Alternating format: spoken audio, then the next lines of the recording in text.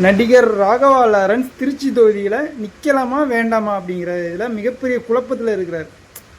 நம்ம பொதுவாக பார்க்குறோம் அரசியல்னால் இப்போ இவங்க இந்த புகழ்பெற்ற நட்சத்திரங்கள், நடிகர்கள், சில பணம் படைத்தவர்கள் அரசியல்னால் என்ன, ஒருத்தர் 4 பேர் சாப்பாடு போட்டிருக்கணும், ஒரு மாற்றுத்திறனாளியை படிக்க வச்சுருக்கணும், இப்படிப்பட்ட சின்ன சின்ன நல்ல விஷயங்கள் பண்ணியிருந்தாச்சுன்னா அரசியலில் குதிச்சிடலாம் அப்படின்னு தான் இருக்கிறாங்க. அதுக்கு மிகப்பெரிய உதாரணம் நம்ம தளபதி விஜய் தலைமையிலான தமிழக வெற்றி கழகம் தான். தமிழக வெற்றி கழகத்தை பொறுத்தவரை இன்றைக்கி ஆட்சி அதிகாரத்துக்கு வந்துட்டாங்க. அப்போது இந்த திருச்சி தொகுதியில் நான் மக்கள்கிட்ட கேட்க போகிறேன் அப்படின்னு சொல்லிட்டு கம்பு சுற்றி இருந்தார் நம்ம நடிகர் ராகவா லாரன்ஸ். கண்டிப்பாக நிற்கலாம், விவரப்பாரிப்பட்ட ஆட்கள் நிற்கணும். அப்போ தான் அவருடைய அரசியல் புரிதல் என்ன அப்படிங்கிறத நம்ம புரிஞ்சிக்க முடியும். நம்முடைய மக்களும் இதே மாதிரி தான், மிகப்பெரிய அரசியல் புரிதல் வேணும் அப்படின்னு.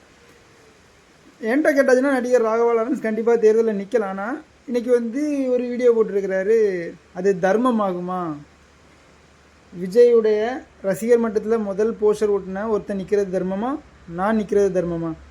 விஜயை பொறுத்தவரையும் விஜயுடைய முகத்துக்கு தான் இங்கே வாக்குகள் விழுது அப்படின்னு சொல்லிட்டு அவரே ஒத்துக்கிடுறாரு. அப்போ அரசியல்னால் தமிழக வரலாறை பேசணும், தமிழ் மொழியுடைய நிலவரம் இப்போ எப்படி இருக்குது, தமிழர்களுடைய உரிமைகள் பறிக்கப்படுறதுனா எப்படி பறிக்கப்படுது, யார் மூலமாக பறிக்கப்படுது, காவிரியார் சிக்கல் எப்போ உருவாச்சு, அதோடைய தீர்வு என்ன அப்படின்னு சொல்லிட்டு நிறைய விஷயங்கள் பேசணும். ஆனால் இப்படிப்பட்ட நடிகர்கள் அரசியலுக்கு வராங்க பார்த்தீங்களா, மக்கள் மத்தியில் ஒரு கிரேஸ் இருக்குது. அந்த கிரேஸை எப்படி நல்லா அறுவடை பண்ணலாம் அப்படிங்கிற சிந்தனையில் தான் நடிகர் ராகவா லாரன்ஸ் மாதிரிப்பட்ட நபர்கள்லாம் இங்கே வராங்க. இவங்க சினிமாக்களில் அரசியல் பேசுவாங்க, ஆனால் தரையில் மக்களை தூண்டி விடுவாங்க. நான் 4 பேருக்கு சாப்பாடு போடுறேன், அரசியலுக்கு 1000 பேருக்கு சாப்பாடு போடுவேன் அப்படின்னு சொல்லிட்டு சாப்பாடு போடுறதுக்குனே அரசியலுக்கு வராங்க. தமிழர் நிலத்தில் கனிம வளங்கள் சுரண்டப்படுது, அவன் சாப்பிட்ற உணவு நஞ்சாக இருக்குது.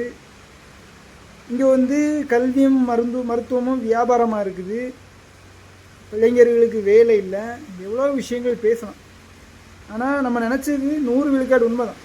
நான்லாம் நினச்சிருக்கிறேன், காரில் போகிறவன், மிகப்பெரிய செல்வந்தர்களாக இருக்கக்கூடியவன், நடிகர்கள், இவன் எல்லாருமே அரசியல் அறிவு உள்ளவன், அறிவாளிகள் அப்படின்னு நினச்சிட்டு இருக்கோம். ஆனால் அப்படிலாம் இல்லைடா, அவனும் ஒரு சாதாரண மனிதன் தான், அவனுக்கு பணம் இருக்குது, மிகப்பெரிய நடிகர் அப்படிங்கிறதுனால அவனுக்கு மிகப்பெரிய அறிவு இருக்கும் அப்படின்னு நினச்சது என்னுடைய தப்பு தான். ஆனால் ஒன்று, அரசியலுக்கு வரணும் அப்படின்னா நீங்கள் வாங்க, வரலன்னு விருப்பம் இல்லையா, நீங்கள் ஓரமாக குந்திட்டு இருங்க. அப்போ ஒரு ஆளுமையான பேச்சு தான் எதிர்பார்க்குறோம். அது அப்படி இது அப்படின்னு சொல்லிட்டு என்ன ஒரு தகுதியோ என்னவோ தெரில, மக்கள் வசமாக மாட்டிக்கிட்டோம். நன்றி.